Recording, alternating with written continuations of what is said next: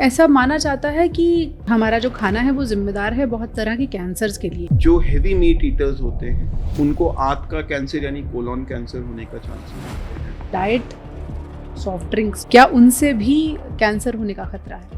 किसी भी अननेचुरल चीज से कैंसर होने का खतरा है। यस। क्या हर गांठ कैंसर होती है? हर गांठ कैंसर नहीं होती है, बट हर कैंसर गांठ के रूप में शुरू होता है। सर्जरी ही एक ऐसा तरीका है जिससे आप उस बीमारी को पूरे का पूरा शरीर से निकाल सकते। करते क्या है सर्जरी में, क्या निकालते हैं? क्या कैंसर निकलता है? आपको या आपके किसी परिवारजन को ये बोला जाए कि हम सर्जरी से कैंसर निकाल सकते हैं तो तुरंत उस ऑप्शन को चूज कर दो। फितरत होती है कैंसर की कि लौट कर आता है। क्या हर कैंसर रिकर करेगा? रेकरेंस का चांस है?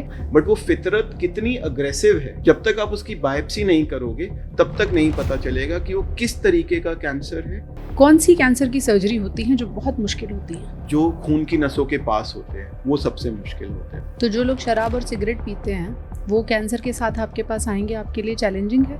हम स्मोकिंग की बात करें, उससे आपका हार्ट खराब होता है। तो ये सारी चीजें हमारी सर्जरी को और कॉम्प्लिकेट करती हैं। 3 ऐसे अगर मैं सिम्टम्स पूछूं कि बार बार आ रहे हैं तो ये वार्निंग साइन है। कोई भी एबनॉर्मल गांठ, एबनॉर्मल ब्लीडिंग। तीसरा है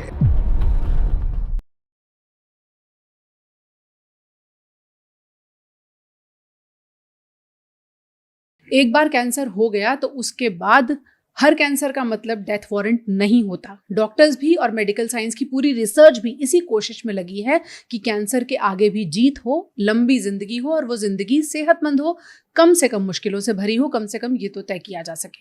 कैंसर के खराब केसेस ही सर्जन्स के पास पहुंचते होंगे, ऐसा हम मानते हैं। लेकिन क्या ये बात सच है? क्या कई जगहों पर शुरुआत में ही सर्जरी करने से कैंसर के मरीज को ज्यादा फायदा हो सकता है? आज हमारे साथ डॉक्टर शुभम गर्ग हैं, जो कि सर्जिकल ऑन्कोलॉजी के डायरेक्टर हैं, Dharamshila Narayana super speciality hospital से जुड़े हुए हैं। बहुत बहुत स्वागत है डॉक्टर साहब आपका। थैंक यू पूजा जी। लोगों को लगता है कि जब सर्जरी कह दी गई है तो इसका मतलब यह है कि कोई और विकल्प बचा नहीं होगा। ये बात कितनी सच है? इसमें कोई दो राय नहीं है कि जिस कैंसर के लिए सर्जरी बोल दी जाए उसका कोई विकल्प नहीं होता। बट ये चीज कहना कि बिकॉज वो सर्जरी हो गई है तो वो खराब है, इसका उल्टा है। एक्चुअली में अगर आपका कैंसर सर्जरी लायक है और आपका शरीर सर्जरी लायक है, मतलब वो कैंसर की सर्जरी झेल सकता है, इससे अच्छा कोई आउटकम नहीं हो सकता। बिकॉज सर्जरी ही एक ऐसा तरीका है जिससे आप उस बीमारी को पूरे का पूरा शरीर से निकाल सकते हो। हम as a surgeon, as a cancer surgeon, हम मरीज को सर्जरी के लिए तभी लेते हैं जब हम इंश्योर हो कि हम पूरा बीमारी निकाल सकेंगे, कोई आधा पका काम नहीं। तो सर्जरी जब होती है तब हम ये मान लें कि कैंसर पूरा निकल गया? सर्जरी से पहले हम CT scan, PET scan, MRI इसीलिए कराते हैं जो वो हमें बता सके कि क्या हम उस डिजीज को पूरा निकाल सकते हैं या नहीं निकाल सकते। सिंपल शब्दों में आप ये कह सकते हो कि सर्जरी के बाद आपको कैंसर नहीं है शरीर, परंतु क्या आपको दोबारा कैंसर होगा या नहीं होगा ये आपको उस दिन नहीं पता चलेगा। बिकॉज वो कैंसर बीमारी ऐसी है जिसकी फितरत है कि वो वापस आता है। और इसीलिए कैंसर की सर्जरी के बाद कितनी बार हम कीमोथेरेपी, रेडियोथेरेपी दोनों का कॉम्बिनेशन इसीलिए देते हैं बिकॉज सर्जरी अकेले से आप कैंसर तो हटा सकते हो बट शायद उसको वापस आने से नहीं रोक सकते। अच्छा, तो जब आपकी सर्जरी हो रही है इसका मतलब है कि आपके शरीर से कैंसर निकल सकता है, इसीलिए आपकी सर्जरी हो रही है। तो अगर आपको या आपके किसी परिवारजन को ये बोला जाए कि हम सर्जरी से कैंसर निकाल सकते हैं तो तुरंत उस ऑप्शन को चूज कर दो। बिकॉज इट विल इंश्योर कि आपकी बीमारी डिजीज फ्री हो गई है। पर वो डिजीज फ्री रहती है या नहीं रहती वो उस दिन नहीं पता चलेगा, वो तो आपको उससे 5 साल बाद या 6 साल बाद या 7 साल बाद पता चलेगा। And that is the difference between cancer treatment and treatment of any other organ. For example, अगर आपको किडनी का स्टोन है जी, ठीक है, आपने किडनी का स्टोन निकाल दिया, आपका किडनी का स्टोन खत्म हो गया। बट जिस दिन मैंने कैंसर निकाल दिया, क्या आपको कैंसर खत्म हो गया? क्या आपको कैंसर कभी नहीं होगा? ये उस दिन नहीं पता चलेगा। ये तो जो हमारा टाइम इंटरवल है 2 साल, 3 साल, 4 साल, तब पता चलेगा कि कैंसर हमारा ट्रीट हुआ या नहीं। तो इसीलिए हमारा शॉर्ट टर्म गोल होता है कि कैंसर खत्म हो जाए, बट लॉन्ग टर्म गोल है कि कैंसर वापस नहीं। यानी आमतौर पर जो मरीज ये सोचते हैं कि अब सर्जरी कही है, इसका मतलब मेरे लिए इलाज के कोई और विकल्प नहीं थे इसलिए सर्जरी कही है, ये कैंसर के केस में सही नहीं है। ये कहना गलत है। मैं इसको नहीं बोलूँगा कि ये सही है। यूजुअली जब भी हमारे पास कोई पेशेंट आता है, कैंसर एक ऐसा इलाज है जिसमें हमारे पास हमेशा मल्टीपल ऑप्शंस होते हैं। हम उसमें से एक बेस्ट ऑप्शन चूज करना चाहते हैं। मेरे पास कोई मरीज है जिसको 70 साल के हो और उनको गॉल ब्लैडर का कैंसर है, ठीक है, जरूरी नहीं है कि वो सर्जरी झेल सके, तो उनके लिए सर्जरी सही नहीं रहेगा, शायद मेरे को उनको कीमोथेरेपी देना पड़े। बट अगर यही मरीज 40 साल का हो तो उसके लिए सर्जरी ठीक हो जाता है। सो ये जो चॉइस होता है, ये चॉइस आपके सर्जन पे, आपके जो सर्जन जहां पे ऑपरेट कर रहा है उस पे, आपके शरीर पे डिपेंड करता है। यानी अगर मरीज की ओवरऑल हेल्थ ऐसी है कि वो झेल सकती है, तब फिर आप इसीलिए मरीज का ओवरऑल हेल्दी होना बहुत जरूरी है। आपको अनकंट्रोल्ड डायबिटीज है और आपको कैंसर हो जाए तो आपका कैंसर का ट्रीटमेंट भी अफेक्ट होगा, बिकॉज जो भी आप ट्रीटमेंट दोगे वो तो आपके शरीर पे ही लग रहा है, और अगर आपको डायबिटीज है या किडनी का बीमारी है तो वो भी कॉम्प्लिकेट होगा। इसीलिए एक मेरे को अच्छा ट्रीटमेंट देने के लिए मेरे को एक हेल्दी शरीर चाहिए। तो जो लोग शराब और सिगरेट पीते हैं वो कैंसर के साथ आपके पास आएंगे, आपके लिए चैलेंजिंग है? सो चैलेंजिंग बहुत तरीके से हो जाता है, बिकॉज यूजुअली ये जो हैबिट्स हमें मिलती है इसमें हमें बहुत सारी और चीजें मिलती है। फॉर एग्जाम्पल, अगर कोई स्मोकर है जो लंग कैंसर के साथ आ रहा है, मैं उसका फेफड़े का एक हिस्सा निकाल दूं, बट उसके जो 3/4 फेफड़े बचे हैं वो भी तो स्मोक से ग्रस्त है। उनकी क्षमता ऑलरेडी कम हो चुकी है हवा को फिल्टर करने की, या फिर उनमें भी तो चांस है बीमारी वापस आने का। जब आप स्मोक करते हो, ऐसा थोड़ी है कि सिर्फ फेफड़े का एक ही हिस्सा खराब होता है, आपके बाकी 3/4 हिस्से भी तो खराब हो सकते हैं। तो ये हमें चैलेंज होता है। प्लस उनको और क्रॉनिक इलनेसेस होती है।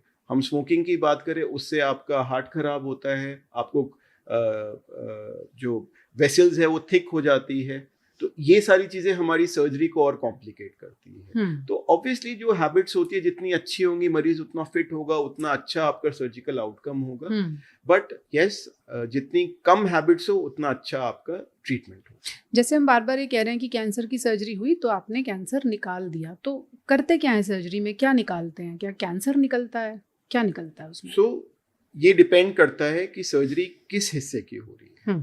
फॉर एग्जाम्पल, अगर मैं स्तन की बात करूं यानी ब्रेस्ट कैंसर की बात करूं, तो हमारे पास 2 ऑप्शन होते हैं कि हम सिर्फ गांठ निकाल सकते हैं और हम पूरा स्तन निकाल सकते हैं। जब हम गांठ निकालने की बात करते हैं तो गांठ निकालने का मतलब ये नहीं होता कि आप सिर्फ और सिर्फ वो 2 सेंटीमीटर की गांठ निकाल रहे हो। आप उस गांठ के साथ एटलीस्ट 5 mm का नॉर्मल टिश्यू निकाल रहे हो, जो कि कितनी बार होती है बीमारी जी, तो आपको आंख से दिख रही होती है उससे ज्यादा होती है। तो आप उसके आसपास एक नॉर्मल टिश्यू जिसको हम मार्जिन बोलते हैं, ये हम निकालते हैं। अच्छा। तो अगर हम इसको बोलते हैं ब्रेस्ट कंजर्विंग सर्जरी, अगर हम ब्रेस्ट कंजर्विंग सर्जरी करें तो हम ब्रेस्ट का लंप प्लस उसके पास 5 mm का मार्जिन निकालेंगे। So that is one option. The other option is कि हम पूरे का पूरा स्तन निकालते हैं। सो अगर मेरे पास एक लेडी आती है जिनका एज 75-80 है, ठीक है, हम उनसे डिस्कस करते हैं, हम उनको समझाते हैं, और अगर वो कहते हैं नहीं हम पूरा स्तन निकालना चाहते हैं, दैट्स अ पर्सनल चॉइस, ठीक है। बट अगर मेरे पास एक 40 साल की लेडी आती है जो कहती है मैं ब्रेस्ट बचाना चाहती हूँ, तो मेरा फर्स्ट ऑप्शन होता है कि मेरे को ब्रेस्ट बचाना है। बट अगर उनका गांठ का साइज बहुत बड़ा है और मैं ब्रेस्ट का शेप नहीं दे सकता हूँ, तो या तो मैं उनको बोलूंगा कि आप कीमो लेके ब्रेस्ट का गांठ का साइज छोटा करें, या फिर हम ब्रेस्ट को दोबारा बनाते हैं प्लास्टिक सर्जरी की मदद से।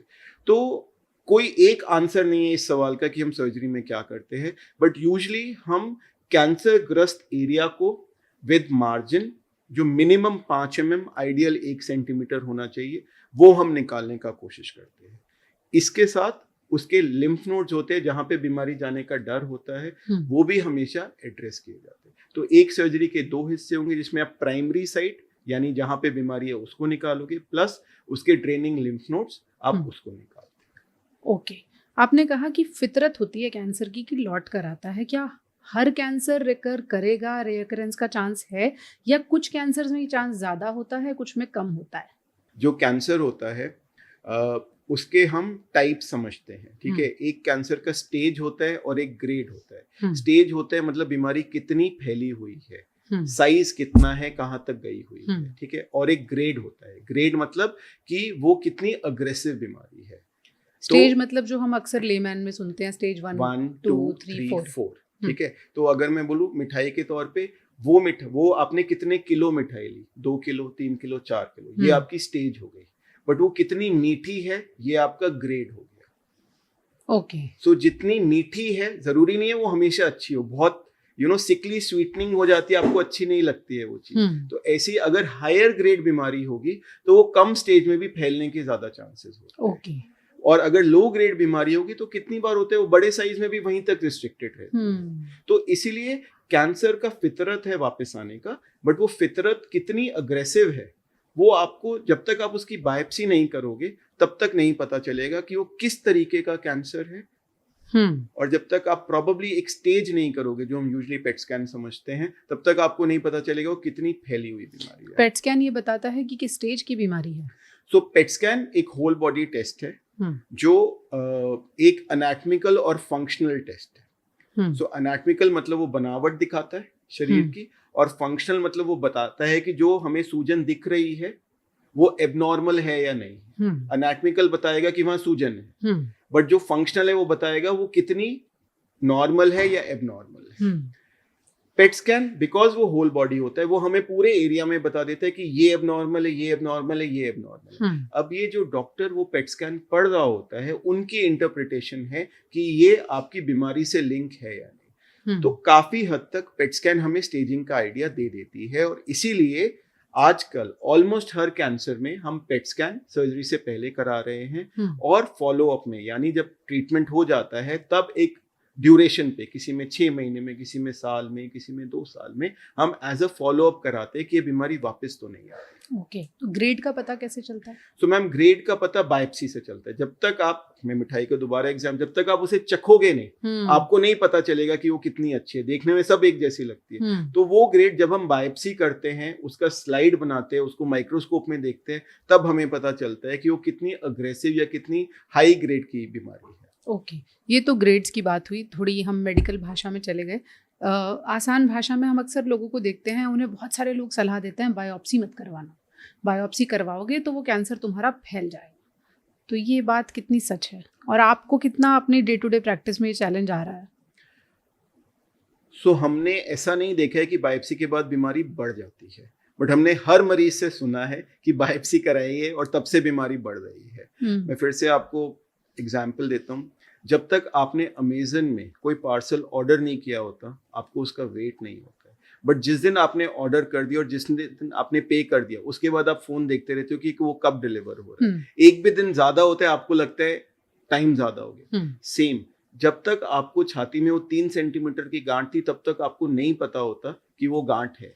जिस दिन बायोप्सी हो गई और जिस दिन उसके अंदर बीमारी लिखी आ गई, उस दिन के बाद अगर वो 3.2 सेंटीमीटर भी होता है, आपको लग रहा है बीमारी बढ़ गई।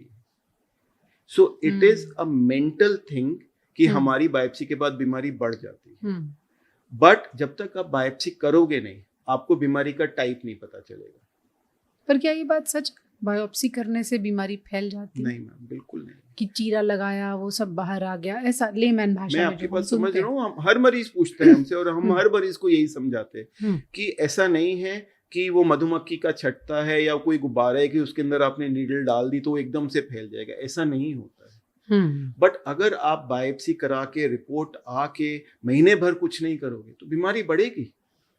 But then you have something to blame it on, कि हमने क्योंकि बायोप्सी कराई थी इसलिए वो, और हमने डॉक्टर साहब को कहा था मत कीजिए फिर भी आपने की, तो मेडिकली वो जरूरी थी, इसलिए वो की गई। गांठ की बात हो रही है, क्या हर गांठ कैंसर होती है? हर गांठ कैंसर नहीं होती है। गांठ को अगर हम इंग्लिश में यूज करें तो उसका नाम हम ट्यूमर बोलते हैं जी। ट्यूमर या गांठ एक कलेक्शन ऑफ सेल्स है, जो सेल्स या तो बढ़ गए या ओवर ग्रो हो गए हैं। पर हर गांठ कैंसर नहीं होती है, और इसीलिए उसे प्रूव या डिसप्रूव करने के लिए हमें बायोप्सी करना होता है। कितनी बार लोग आते हैं कि उनको यहाँ पे थोड़ी सी सूजन लग रही है, वो यूजुअली चर्बी की गांठें होती है जिसको हम लाइपोमा बोलते हैं। लाइपोमा कुछ नहीं होता, कलेक्शन ऑफ लिपिड सेल्स होते हैं, नॉर्मल होते हैं। आप शरीर में देखोगे कमर पे, पेट पे, हाथ पे आपको बहुत जगह फील होते हैं, परंतु वो कभी बहुत तेजी से बढ़ते नहीं है और फैलते नहीं है। जब हम बोलते हैं कि वो गांठ मलिग्नेंट है यानी कैंसर की गांठ है, तभी उसका चांस होता है कि वो फैल सकती है और अपनी जगह पे बढ़ सकती है। इसीलिए हर गांठ कैंसर नहीं होती है, बट हर कैंसर गांठ के रूप में शुरू होता है। अगर वो गांठ स्तन में होती है तो आपको फील होती है, हो सकता है वो गांठ आपके लिवर में हो, आपको नहीं फील हो। तो इसीलिए जब हम अल्ट्रासाउंड करेंगे या सीटी स्कैन करेंगे तो वो हमें दिखेगी। हर कैंसर गांठ होता है? यूजुअली हर कैंसर एक गांठ के रूप में ही शुरू होता है। हमें तो वो तभी दिखेगा जब वो 1 या 2 या 3 सेंटीमीटर के साइज का हो कोई जाएगा। लंप है।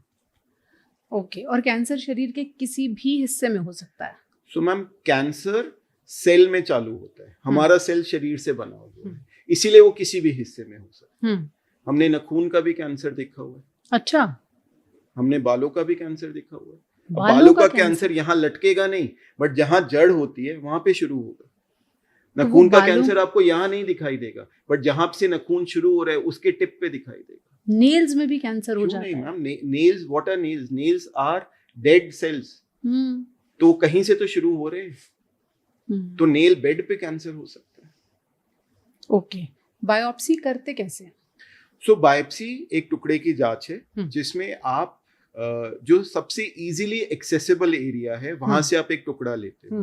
फॉर एग्जाम्पल, अगर हमें ब्रेस्ट में बायोप्सी करनी हो तो हम अल्ट्रासाउंड के जरिए एक छोटा सा सुई डाल के एक टुकड़ा ले लेते हैं, उस एरिया को सुन करते हैं और उसको टुकड़ा ले लेते हैं और उसको जांच के लिए भेजते हैं। परंतु अगर यही बायोप्सी अगर पेट में कोई गांठ है या पेट में कोई अल्सर है तो उसकी बायोप्सी के लिए मेरे को दूरबीन डालना पड़ेगा, जिसको हम एंडोस्कोपी बोलते हैं, और फिर हम वहां की बायोप्सी लेंगे।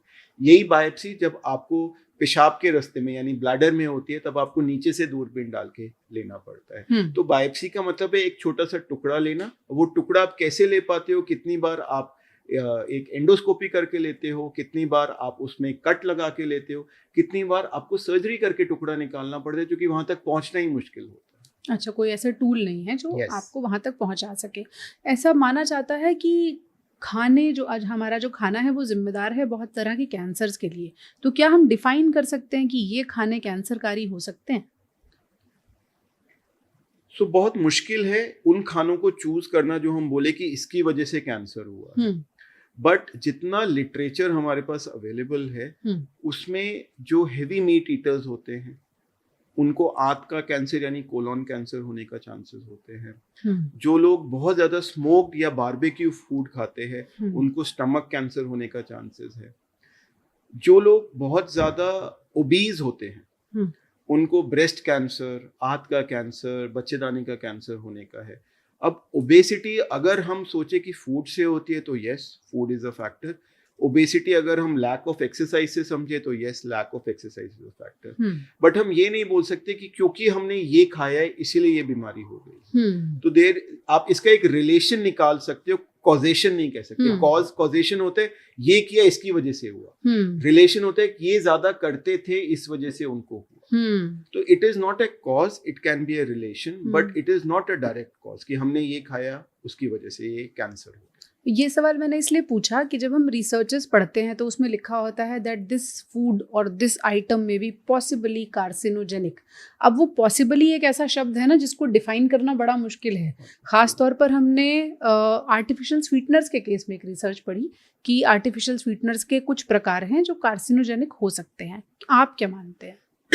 तो मैम, किसी भी खाने में अगर किसी अननेचुरल चीज का यूज हो रहा है then it is not something which is going to be accepted by body. Okay. अति किसी भी चीज की खराब होती है। तो अगर आप कोई ऐसी अननेचुरल चीज बार बार लगातार यूज कर रहे हो वो आपके शरीर के किसी ना किसी हिस्से को इरिटेट करेगी और वो वहां का वो कैंसर कर देगी। ओके। फॉर एग्जाम्पल, अगर मैं आपको बोलूं, आजकल हम बहुत ज्यादा सुन रहे हैं कि हेयर डाई से जो हेयर कलर करते हैं उससे वो उससे भी कैंसर हो रहा है। सो हेयर डाई में क्या है? जो हेयर डाई है उसके अंदर कुछ एरोमेटिक अमीन्स, कुछ फॉर्मल्डिहाइड बेस्ड केमिकल्स होते हैं जो आपके बालों को कलर करते हैं। उसके अंदर से फ्यूम्स निकलते हैं जो एब्जॉर्ब होते हैं आपके नाक के थ्रू, आप उसको लगाते हो आपके स्किन में वो एब्जॉर्ब होते हैं। But the same thing does not apply to henna जो हम बालों को कलर करते हैं, because it's a natural thing. तो अब जो भी इस चीज को ज्यादा करता होगा, फॉर एग्जाम्पल आप अगर महीने में एक बार बाल कलर कराते हो, 2 महीने में एक बार कलर कराते हो, probably you are not at risk.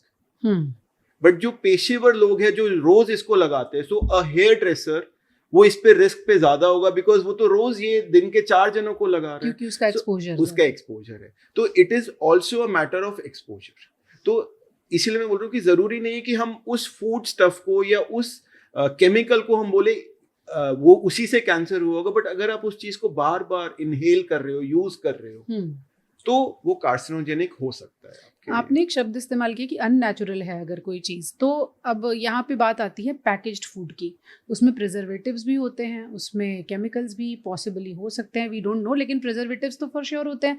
Packet पे लिखा होता है कि इसमें प्रिजर्वेटिव है, वो रेडी टू ईट फूड है, तो ऑब्वियसली उसको तैयार करने और संभाल के रखने के लिए कुछ बनाया गया है। तो क्या हम ये माने कि पैकेज्ड फूड भी इसी कैटेगरी में आते हैं?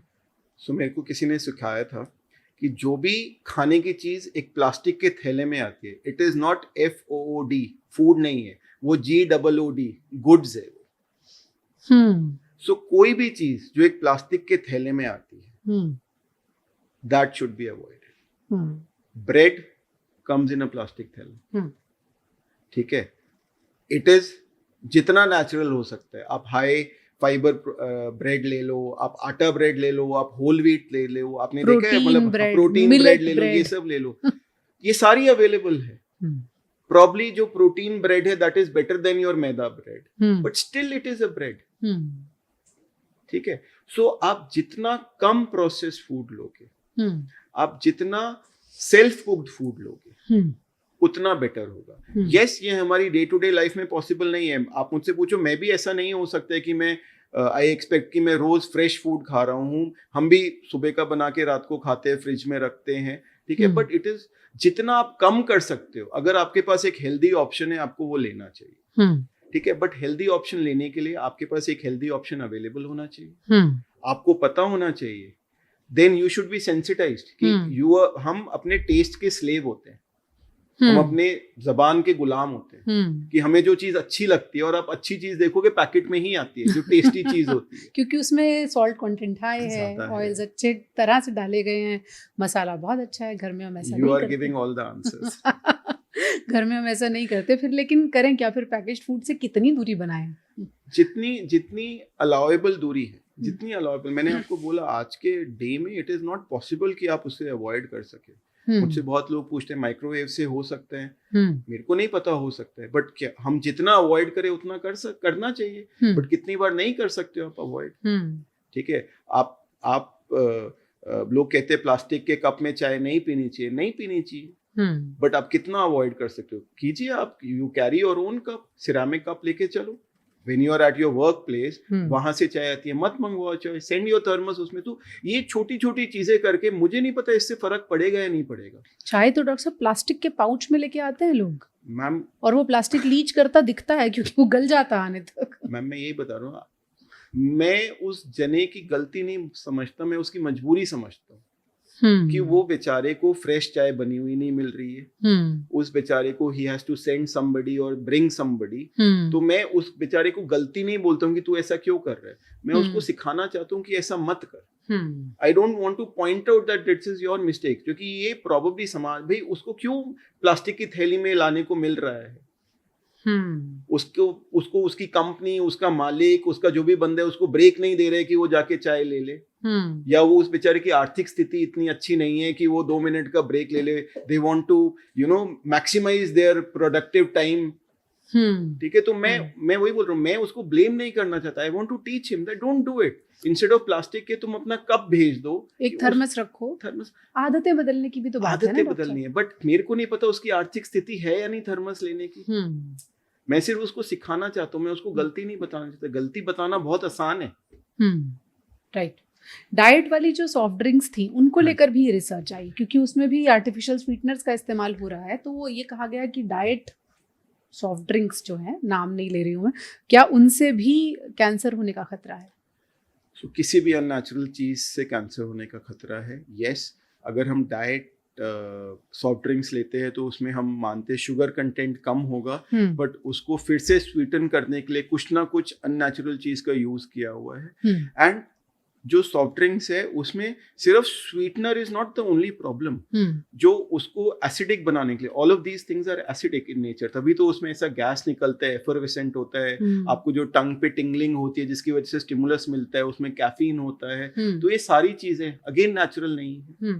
जीरो करना मुश्किल है, बट जितनी कम से कम करी जाए। आपके घर पे कोई आता है, आप अगर उसको कोक मतलब कोई सॉफ्ट ड्रिंक या किसी के बीच में ऑप्शन दोगे तभी तो वो दो चीज चूज करेगा, अगर आप एक ही चीज दोगे तो वो कैसे मना करेगा। बिल्कुल सही बात है। तो it is only about having an option, presenting an option and choosing an option. जी, अगर आपको पता है कि ऑप्शन है तभी तो आप चूज करोगे, और जब आपके सामने दो ऑप्शन आए फिर वो राइट डिसीजन लेना आपकी जिम्मेदारी है। तो ये दोनों तरफ से होनी चाहिए। वही आपने कहा, हम अपनी आदतों के गुलाम हैं, उन्हें बदलने की ज़रूरत है। अब ट्रीटमेंट पार्ट की बात करते हैं कैंसर की। कीमोथेरेपी, रेडिएशन, सर्जरी मोटे तौर पर लोगों ने सुनी हुई है। इम्यूनोथेरेपी हम एक सुन रहे हैं, ये क्या होती है, कैसे दी जाती है, किन मरीजों के लिए ये इलाज है? सो इम्यूनोथेरेपी एक सिस्टमिक थेरेपी है। व्हेन आई से सिस्टमिक थेरेपी, मतलब वो आपको नसों में दी जाएगी या टैबलेट फॉर्म में दी जाएगी, जो आपके पूरे शरीर पे काम करेगी। ठीक है। कीमोथेरेपी भी इसी तरीके की एक थेरेपी है जो आपको नसों में या टैबलेट के फॉर्म में दी जाती है और पूरे शरीर में काम करती है। इम्यूनोथेरेपी का एक एडवांटेज और डिसएडवांटेज ये है कि वो आपके बॉडी की इम्यूनिटी को ही यूज करना चाहती है, उसको मॉडिफाई करके, व्हेन आई से मॉडिफाई, स्ट्रेंथन करके, और आपके इम्यूनिटी सेल्स को ट्रेन करके कि वो कैंसर के सेल्स को पहचानना शुरू करे और उसको मार सके। अच्छा, तो इम्यूनोथेरेपी एक तरह से आपके इम्यून सेल्स पर ही काम करती है। यस, वो आपकी इम्यूनिटी को ही मॉडिफाई करती है, इम्यूनिटी को ट्रेन करती है, इम्यूनिटी को हेल्प करती है वो कैंसर के सेल्स को आइडेंटिफाई करने के लिए, जो शरीर के सेल्फ नहीं है, वो शरीर के सेल से अलग है। तो अगर हमारे इम्यूनिटी के सेल्स उसको पहचान पाएंगे, उनसे लड़ पाएंगे, बट बिकॉज वो हमारे शरीर की इम्यूनिटी है, अगर वो हाइपर इम्यून रिएक्शन यानी वो हाइपर स्टिमुलेट हो जाएगी, यही आपको साइड इफेक्ट के तरीके से दिखेगी। क्या साइड इफेक्ट्स होंगे? जो हमारे कीमोथेरेपी में होते हैं, थकावट होना, उल्टियां होना, स्टमक अपसेट हो जाना। तो जो हमें जनरल हम कीमोथेरेपी के साइड इफेक्ट समझते हैं वैसे ही इम्यूनोथेरेपी के होते हैं, बट इम्यूनोथेरेपी से में कम साइड इफेक्ट्स होंगे। इम्यूनोथेरेपी में हमारे नॉर्मल सेल्स को कम अफेक्ट होगा, बिकॉज कीमोथेरेपी क्या करती है? कीमोथेरेपी सारे सेल्स को मारती है, सारे सेल्स को मार देती है। कीमोथेरेपी एक दवाई है जो आपके कैंसर सेल्स को मारती है, और बिकॉज वो कैंसर सेल्स को मारती है तो कुछ नॉर्मल सेल्स को भी मारती है, और ये नॉर्मल सेल्स हमें साइड इफेक्ट की तरह दिखते हैं। बालों का झड़ना, ठीक है, पतले दस्त हो जाना, फीवर होना, थकावट होना। अच्छा। इम्यूनिटी आपके सेल्फ के सेल्स को आइडेंटिफाई करती है कि भाई ये तो हमारे शरीर के नेचुरल सेल है, उनको कम मारेगी। वो कैंसर के सेल्स को आइडेंटिफाई करती है कि ये नॉट सेल्फ सेल्स है, यानी ये एलियन सेल्स है, और उनको ज्यादा मारेगी। इम्यूनोथेरेपी जो ड्रग्स होती है वो हमें हेल्प करती है उन नॉन सेल्फ सेल्स को आइडेंटिफाई करने में, ताकि वो उनको ज्यादा मार सके। किन मरीजों को दी जाती है? सो इम्यूनोथेरेपी जैसे एक रीसेंट एडवांसेस में है, पिछले 10 साल में बहुत रिसर्च हो रहा है, डेली उसके नए यूजेस आ रहे हैं। बहुत सारे कैंसर्स में वो फर्स्ट लाइन थेरेपी बन गई। फर्स्ट लाइन मतलब जो कीमोथेरेपी की जगह इम्यूनोथेरेपी आना शुरू हो गई है। अच्छा। बट मेजॉरिटी कैंसर्स में अभी भी वो सेकेंड लाइन है। सेकेंड लाइन मतलब आप पहले स्टैंडर्ड कीमोथेरेपी दीजिए, और उसमें अगर फायदा नहीं हो तो आप इम्यूनोथेरेपी दीजिए। तो अलग अलग कैंसर्स में अलग अलग रोल है। फॉर एग्जाम्पल ब्रेस्ट कैंसर में अभी भी कीमोथेरेपी का बहुत अच्छा रोल है। मेजॉरिटी पेशेंट्स उसको अच्छा रिस्पॉन्ड करते हैं, बट अगर वो नहीं रिस्पॉन्ड करते या second line third line failure हो जाता है, तब हम इम्यूनोथेरेपी की तरफ जाते हैं। बट लंग कैंसर में टारगेटेड थेरेपीज और इम्यूनोथेरेपी का बहुत अच्छा रोल आ गया है। तो बहुत सारे पेशेंट्स में हम सीधा इम्यूनोथेरेपी पे जाना चाहते हैं और कीमोथेरेपी को रिजर्व रखना चाहते हैं बाद के लिए। ओके। हर मरीज को दी जाती है इम्यूनोथेरेपी? जरूरी नहीं है हर मरीज को दी जाए। अगेन जो आपके टाइप ऑफ कैंसर है, टाइप ऑफ स्टेज है, उस पर डिपेंड करता है।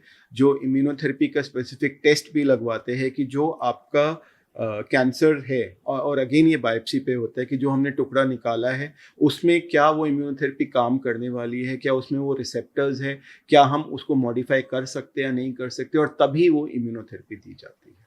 आप सर्जरीज सुबह शाम करते हैं कैंसर के मरीजों की, कौन सी कैंसर की सर्जरी होती है जो बहुत मुश्किल होती है? चैलेंजिंग होती हैं बहुत। सो मैम, जो भी कैंसर्स हमारे शरीर के डीप सीटेड होते हैं, शरीर में बहुत अंदर होते हैं और जो खून की नसों के पास होते हैं, वो सबसे मुश्किल होते हैं। फॉर एग्जाम्पल लंग के कैंसर, जो हमारे फेफड़े के कैंसर्स होते हैं। फेफड़ा एक ऐसा ऑर्गन है जो हर मिनट में आप 16 बार सांस लेते हो, छोड़ते हो। फेफड़ा एक ऐसा ऑर्गन है जो हार्ट के बहुत पास है। फेफड़ा एक ऐसा ऑर्गन है जिसके आसपास बहुत सारी ब्लड वेसल्स है, जो कि उसका काम ही है ब्लड को प्योरीफाई करना। तो वो कैंसर्स थोड़े मुश्किल होते हैं, बिकॉज आपको चेस्ट के अंदर जाना होता है, खून की नसों को बचाना होता है। उस दौरान जो 2, 3, 4 घंटे सर्जरी चल रही होती है, वो फेफड़ा पिचका रहता है, पेशेंट एक ही फेफड़े से सांस ले रहा होता है, तो उसका हार्ट और ऑपोजिट फेफड़ा इतना स्ट्रांग होना चाहिए कि वो 3-4 घंटे की सर्जरी झेल पाएगा। ऐसे ही जो हमारे एब्डोमिनल कैंसर्स होते हैं, एब्डोमिनल मतलब जो हमारी खून की नसों के पास होते हैं, उनको आपको ऐसे निकालना होता है कि आपका आसपास का पाचन एरिया नहीं डिस्टर्ब हो, आपका डाइजेशन मेंटेन रहे। आप कुछ हिस्सा निकालते हो, फिर कुछ हिस्से को जोड़ते हो। तो सिर्फ निकालना नहीं है, इसमें जोड़ना भी है। तो जो जुड़ना है वो इतने अच्छे से जुड़ना चाहिए कि उसमें लीक नहीं होना चाहिए। तो वो पूरा डाइजेस्टिव सिस्टम अफेक्ट हो सकता है, पूरा अफेक्ट हो सकता है। तो ये वाले कैंसर्स थोड़े मुश्किल होते हैं। But again it is all about decision making. आप पहले से आप डिसाइड करो कि भाई इसके लिए ये सर्जरी अच्छी है या नहीं, क्या ये पेशेंट ये सर्जरी झेल पाएगा या नहीं झेल पाएगा। और इसीलिए आप अकेले डिसीजन नहीं लेते हो, आपके साथ आपके रेडियोलॉजिस्ट होते हैं जो आपको सीटी में डिफाइन करते हैं कि ये एरिया खराब है। फेफड़े की सर्जरी हमारे साथ पल्मोनोलॉजिस्ट होते हैं जो बताते हैं कि भाई बाकी फेफड़ा कितना अच्छा है, कितना खराब है। हमारे साथ मेडिकल ऑन्कोलॉजिस्ट होते हैं जो कहते हैं कि क्या हम इसको कीमो देके थोड़ा छोटा कर देंगे तो आपकी सर्जरी आसान हो जाएगी। सो सर्जरी एक जने का काम नहीं है, it is a whole group of people जिसको हम ट्यूमर बोर्ड समझते हैं, जिसमें हम समझते हैं कि हर बार हर मरीज को उसके थ्रू हम भेजते हैं कि क्या मैं उसके लिए सबसे अच्छा कर रहा हूँ। क्योंकि ये कहना मैं सबसे अच्छा हूँ बहुत मुश्किल है, ठीक है। बट मेरे साथ जब 6 जने होते हैं, जिसमें मेरे बेहोशी वाले डॉक्टर साहब है, जिसमें मेरे कार्डियोलॉजिस्ट है, जिसमें मेरे पल्मोनोलॉजिस्ट है, जिसमें मेरे फिजिशियन है, जिसमें मेरे रेडियोलॉजिस्ट है, जिसमें मेरे पैथोलॉजिस्ट है, जिसमें मेरे रेडिएशन ऑन्कोलॉजिस्ट है, जिसमें मेरे मेडिकल ऑन्कोलॉजिस्ट है, जब हम सब बैठ के डिसाइड करते हैं तो मैं की जगह हमारा डिसीजन होता है। और जो हमारा डिसीजन होता है उसमें बायसेस कम होते हैं। मैं सर्जन हूँ, मेरा बायस है कि मैं सबकी सर्जरी करूँ। जो रेडिएशन ऑन्कोलॉजिस्ट है उनका बायस है कि वो सबकी रेडिएशन करे। बट जब सब कलेक्टिवली होते हैं तो वो बायस को हम कम कर सकते हैं। एंड इसीलिए वो जो डिसीजन होता है, जब तक वो एक ट्यूमर बोर्ड से नहीं जाए, जब तक वो 3-4 जनों की नजर से नहीं जाए, वो डिसीजन नहीं सही है। आपने जैसे कहा कि पेट के कैंसर और फेफड़े के कैंसर मुश्किल होते हैं। अब सवाल दूसरा ये है कि कौन से ऐसे कैंसर होते हैं जो फास्ट प्रोग्रेसिंग होते हैं, तेज़ी से फैलते हैं, उनको पकड़ना टाइम पर बहुत मुश्किल हो जाता है, और कौन से अब विद मेडिकल एडवांसमेंट अब उतने बड़ी चुनौतियाँ नहीं रहे। सो मैम अगेन ये बायोप्सी पे डिपेंड करता है कि कौन सा कैंसर बहुत तेज़ी से ग्रो करने वाला है। जो भी कैंसर आप अगर रिपोर्ट पढ़ेंगे पुअर वेराइटी का होता है, पुअरली डिफरेंशिएटेड होता है, वो कैंसर्स यूजुअली तेजी से प्रोग्रेस करते हैं। मैं अगर आपको एग्जांपल दूं तो पैंक्रियाज का कैंसर, जिसको हम स्वादुपिंड बोलते हैं, जो एक डाइजेस्टिव ऑर्गन है जिसका काम है इंसुलिन भी प्रोड्यूस करना और बहुत सारे डाइजेस्टिव एंजाइम्स बनाता है, वो एक बहुत डीप सीटेड ऑर्गन है। वो सारी आंतों के पीछे होता है, खून की नसों के आसपास होता है, ठीक है। It is one of the most difficult cancers जिसको आपको डायग्नोज करना भी मुश्किल होता है, बिकॉज वो 1-2 सेंटीमीटर में तो पता ही नहीं चलता है। जब वो 3-4 सेंटीमीटर का होगा, तकलीफ देना शुरू होगा, तब तो आपको पता चलता है, और तब तक वो खून की नस को दबा चुका होता है। तो दोज आर द कैंसर्स जो थोड़ा मुश्किल होता है पता करना। सेम आपका लंग का कैंसर, बिकॉज हमारे देश में टीबी बहुत होता है। जब भी आपको खांसी होती है, खांसी में खून आता है, सांस चढ़ता है, आप सबसे पहले एक फिजिशियन के पास जाते हो, वो एक्सरे कराते हैं, शायद उसमें गांठ दिखे या नहीं दिखे, और वो उसको ज्यादातर टीबी मान लेते हैं और टीबी का इलाज शुरू हो जाता है। तो बाय द टाइम वो हम तक आते हैं वो ऑलरेडी बहुत बढ़ चुके होते हैं। तो ये कैंसर जो थोड़े अग्रेसिव वैरायटी के होते हैं, जिसमें हम चाहते हैं जल्दी ट्रीटमेंट करें, बट कोई भी कैंसर अग्रेसिव हो सकता है। आपके लिए तो वही कैंसर है ना, आप ये क्यों सोच रहे हो कि ये कम है और ये ज्यादा है। आपका बच्चा चाहे पहली में पढ़ रहा हो, दूसरी में पढ़ रहा हो, तीसरी में, आपके लिए तो यही है ना कि वो सबसे अच्छा करे। ये थोड़ी कि पहली में कम अच्छा करे और 10वीं में अच्छा करे जी। तो आपके लिए जो कैंसर है वो आपके लिए अग्रेसिव है। आपको तो उसको अच्छे से ट्रीट करना है। डोंट वेट कि जब वो अग्रेसिव होगा तब मैं अच्छे से ट्रीट करूंगा। For you a cancer diagnosis is something जिस पे आप बैठ नहीं सकते। 5, 7, 10 दिन के अंदर आपको डिसीजन लेना पड़ेगा क्या करना है। इतना कम टाइम होता है कभी कभी। आपको इससे ज्यादा टाइम क्यों चाहिए? आपको डिसीजन मेकिंग में इससे ज्यादा टाइम क्यों चाहिए? राइट। कौन से कैंसर हैं जो अब चुनौती नहीं रहे विद मेडिकल एडवांसमेंट्स और उनके प्रोग्नोसिस अच्छे हैं? मैम, ब्रेस्ट कैंसर्स हमारा सबसे कॉमन कैंसर है, इंडिया का सबसे कॉमन कैंसर है, वर्ल्ड वाइड सबसे कॉमन कैंसर है। वो आज की डेट में एक बहुत बड़ा चैलेंज नहीं है, बिकॉज अवेयरनेस बहुत है, हर कोई उसके बारे में बात कर रहा होता है, इजीली डायग्नोज हो सकता है, अच्छा ट्रीटमेंट अवेलेबल है, और फीमेल्स उसको अब एक स्टिग्मा की तरह नहीं देखते हैं, तो इस वजह से उसका अवेयरनेस बहुत अच्छा हो गया है। Okay. इसी तरीके से सर्वाइकल कैंसर है, जो हमारे बच्चेदानी का मुंह का कैंसर है, उसकी एक बहुत अच्छी वैक्सीन अवेलेबल है, जो हम चाहते हैं कि ज़्यादा फीमेल्स उसको यंग एज में लें। उसकी वजह से उसका प्रेवलेंस भी कम हो गया है और उसका ट्रीटमेंट भी बहुत अच्छा अवेलेबल है। कुछ कैंसर्स जो अभी भी खराब तरीके से प्रेजेंट करते हैं वो लंग कैंसर्स हैं, बिकॉज वो डायग्नोज लेट होते हैं, हमारे तक लेट पहुंचते हैं, हम उनको बहुत अच्छा ट्रीट नहीं कर पाते हैं। ऐसे ही जो एब्डोमिनल कैंसर्स होते हैं, बिकॉज वो लेट स्टेज में डायग्नोज होते हैं, इसलिए उनका पता चलना मुश्किल है। आपने ग्रेड्स देखी, स्टेज देखी, उसके बाद कई बार मरीज, अक्सर कैंसर के मरीज ये पूछते हैं डॉक्टर से कितना टाइम है मेरे पास, तो वो जो आपका जो आकलन होता है वो कितनी बार पॉजिटिवली गलत साबित होता है कि आपने कहा इसका तो 2 साल ही बचा है और वो 20 साल निकाल जाए? मैं बोलूँगा मैं हमेशा ही गलत होता हूँ, इसलिए मैं कभी किसी पेशेंट को कोई फिगर कोट नहीं करना चाहता, बिकॉज किसी भी मरीज के कोई घड़ी नहीं बंधी होती, और मैं कितना भी बड़ा हो जाऊं इतना बड़ा नहीं होगा कि मैं किसी को किसी का टाइम बता सकूं। तो हम हमेशा अवॉइड करते हैं ये आंसर देना, और आप बिल्कुल सही बोलते हो, ऐसा कोई मरीज नहीं है जो ये सवाल ना पूछते होंगे ना कितना टाइम है? हमेशा पूछा जाता है, बट हम हमेशा उसका जवाब नंबर्स में नहीं देते हैं, बिकॉज हमें पता है मैं कुछ भी नंबर दूंगा मैं गलत साबित होने वाला हूँ। बट हम हर मरीज को यही समझाते हैं कि ना आप, ना मैं, ना कोई भी ये डिसाइड कर सकते बस इतना टाइम है, आपका ट्रीटमेंट डिसाइड करने वाला है कितना टाइम है। आपका कैंसर बहुत अच्छा है, पर अगर आप उसका ट्रीटमेंट नहीं कराओगे या अच्छा ट्रीटमेंट नहीं कराओगे तो आपका टाइम कम होने वाला है। और अगर आपका कैंसर खराब है और उसका आपका ट्रीटमेंट जल्दी कराओगे, अच्छा कराओगे, आपका टाइम लंबा है। और मैं या मेरे जैसा कोई भी कौन होता है समय बताने वाला, बिकॉज हमारा काम समय बताना नहीं है, हमारा काम ट्रीटमेंट करना। ऐसा नहीं है कि जिसके पास कम समय उसका हम ज्यादा ट्रीटमेंट करेंगे और जिसके पास ज्यादा समय उसका हम कम ट्रीटमेंट करेंगे। My job is to treat patient. Right. चमत्कार होते हैं, लगा कि नहीं बचेगा, फिर भी बच गया मरीज। डेली चमत्कार होते हैं, डेली चमत्कार होते हैं। I am a very big believer in fate. मैं बहुत विश्वास करता हूँ, और हम चाहते हैं सबके साथ चमत्कार हो, मेरे साथ चमत्कार हो, ठीक है। और इसी आशा में हम हर मरीज का सबसे अच्छा ट्रीटमेंट करते हैं, चाहे वो स्टेज 1 हो चाहे स्टेज 4। ऐसा कोई केस आपको याद हो जिसमें आपको लगा हो कि बहुत ज़्यादा होप नहीं है बट उसकी लाइफ एक्सपेक्टेंसी अच्छी रही हो? बहुत सारे मैम, बहुत सारे, बहुत यंग पेशेंट, बहुत गंदा कैंसर, जब आपको लगता है कि शायद ये बहुत अच्छा नहीं करने वाले, आपने सबसे अच्छा किया, आप वो हर 3 महीने 6 महीने आते, आप डरते डरते उनका टेस्ट कराते हो कि शायद बीमारी तो नहीं आ गई हो वापस। 6 साल 7 साल निकाल चुके हैं, दे आर हैप्पी, वो भूल भी चुके हैं। हमें डर लगता है जब वो हर बार आते कि अब तो नहीं आ जाएगा वापस, और वो भी इसी डर से आते हैं। बट जब आप टेस्ट कराते हो, जब आप देखते हो, आपको सब अच्छा लगता है, आप खुश होते हो। क्या कुछ ऐसा किया जा सकता है कि रिकरेंस कम हो?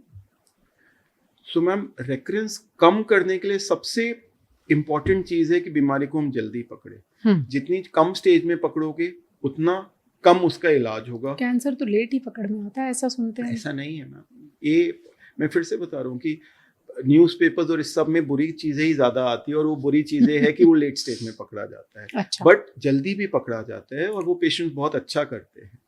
तो इसीलिए जितनी जल्दी आप बीमारी को पकड़ोगे उतना कम उसका ट्रीटमेंट होगा, उतना कम उसको फैलने का चांस होगा, उतना कम आपको साइड इफेक्ट होंगे, उतना कम आपका पैसा खर्च होगा, और उतना कम चांसेस होगा बीमारी वापस आने का। ओके, अगर वो बहुत फैला हुआ कैंसर है तो उसके आने का चांस ज्यादा। ओके, ठीक है। सेकंड, अगर आप ट्रीटमेंट अच्छा करोगे अगर आप ट्रीटमेंट कायदे से करोगे, आप ट्रीटमेंट पूरा करोगे, तो आपका बीमारी आने का चांस कम है। एंड अगेन वो ट्रीटमेंट पूरा करने में surgery plus minus chemotherapy plus minus radiotherapy plus minus immunotherapy, ये सारी चीजें आती है। ठीक है, तो अगर आप ट्रीटमेंट ही पूरा नहीं करा पा रहे, चाहे पैसे के अभाव में, चाहे अवेलेबिलिटी के चक्कर में कि आपके आसपास तो एक चीज अवेलेबल ही नहीं थी, तो आपको रेकरेंस के चांसेस ज्यादा होंगे। ओके, ठीक है। Then third, follow-ups. आपको हर 3 महीने 6 महीने बुलाया जा रहा है, आपको बोला जा रहा है टेस्ट करा रहे हो, अगर आप वो ठीक से नहीं करा रहे हो, ठीक है, मेरा काम ट्रीटमेंट देने के बाद उस बीमारी को अगर वो वापस आती है उसको पकड़ना भी है। इसलिए तो हम फॉलोअप कर रहे हैं कि जैसे ही वो आए मैं उसको इतनी छोटी सी स्टेज में पकड़ लूं ताकि मैं उसको अच्छा इलाज करूं। राइट। तो अगर आप फॉलोअप्स के लिए नहीं आ रहे हो, टाइमली टेस्ट नहीं करा रहे हो, या आप आपकी पुरानी हैबिट शुरू कर रहे हो, फॉर एग्जांपल स्मोकर थे, डर गए, आपने छोड़ दिया, आपने इलाज करा लिया, आप ठीक हो गए, 2 साल निकल गए, अब आपको लगता है अब तो मैं ठीक हूँ, अब तो मैं हो गया हूँ, लेट मी रीस्टार्ट, और आपने रीस्टार्ट, वो दोबारा बीमारी हो जाए। ऐसे लोग होते हैं फिर से स्मोकिंग शुरू? बहुत सारे। ये कैसी आदतें हैं कि कैंसर तक पहुंच गए और फिर आदत नहीं छूटी? ये डर, कॉन्फिडेंस और फिर ओवर कॉन्फिडेंस। चलिए, चलते चलते आपसे 3 ऐसे अगर मैं सिम्टम्स पूछूं कि कोई एक ऐसे बिल्कुल ही clear cut sure short symptoms हैं कि ये बार बार आ रहे हैं, तो ये वार्निंग साइन है, तो वो क्या सिम्टम्स होंगे? सो आई थिंक 3 बहुत इंपॉर्टेंट चीजें हैं। कोई भी एबनॉर्मल गांठ जो आपको लगे कि पहले नहीं थी, रिसेंटली आई है, धीरे धीरे बढ़ रही है, चाहे पेनफुल हो चाहे पेनलेस हो, और ऐसी जगह पर है जहां पे होनी नहीं चाहिए, वो एक साइन है जिसमें आपको, जरूरी नहीं है कि आप कैंसर के डॉक्टर को ही मिलो, किसी डॉक्टर से मिलिए, हो सकता है आपके फैमिली फिजिशियन हो सकते हैं आपके गायनेकोलॉजिस्ट, और उनको ये बात शेयर कीजिए।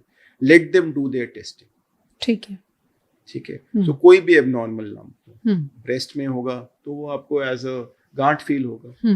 ठीक है, लिवर में होगा तो हो सकता है गांठ फील नहीं होगी, बट आपको उसके कुछ सिम्टम लगेंगे, तो आप जाके दिखाओगे, वो अल्ट्रासाउंड कराएंगे, उसमें गांठ पता चलेगा।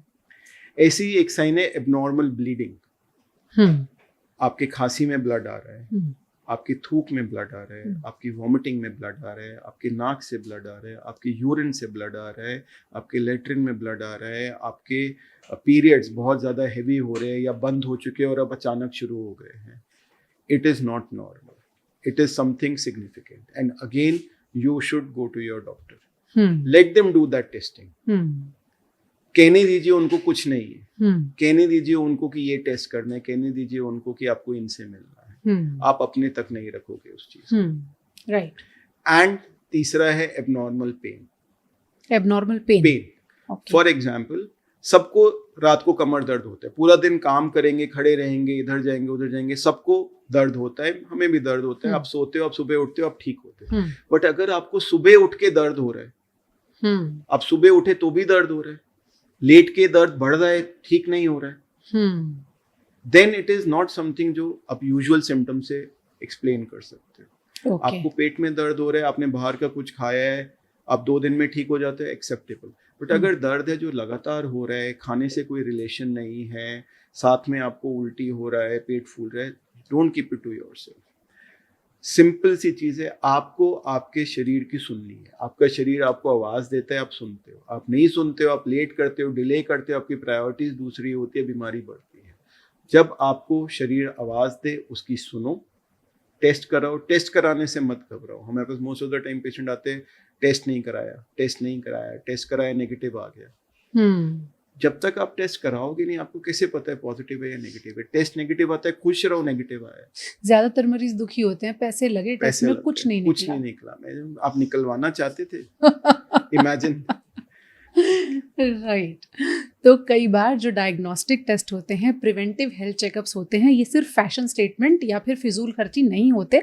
ये आपकी बीमारी को समय रहते पकड़ सकते हैं, और अगर टेस्ट में कुछ नहीं निकला है तो इसे खुशखबरी मानना चाहिए। लेकिन फिर अगले साल अपना सालाना हेल्थ चेकअप इस वजह से नहीं छोड़ना चाहिए कि पिछली बार कुछ नहीं निकला था। बहुत बहुत शुक्रिया डॉक्टर साहब, कैंसर के बारे में इतनी जानकारी देने के लिए और ये होप देने के लिए कि कैंसर से जंग के बाद जीत संभव है। Thank you, Pooja ji. Thank you so much. Thank you so much.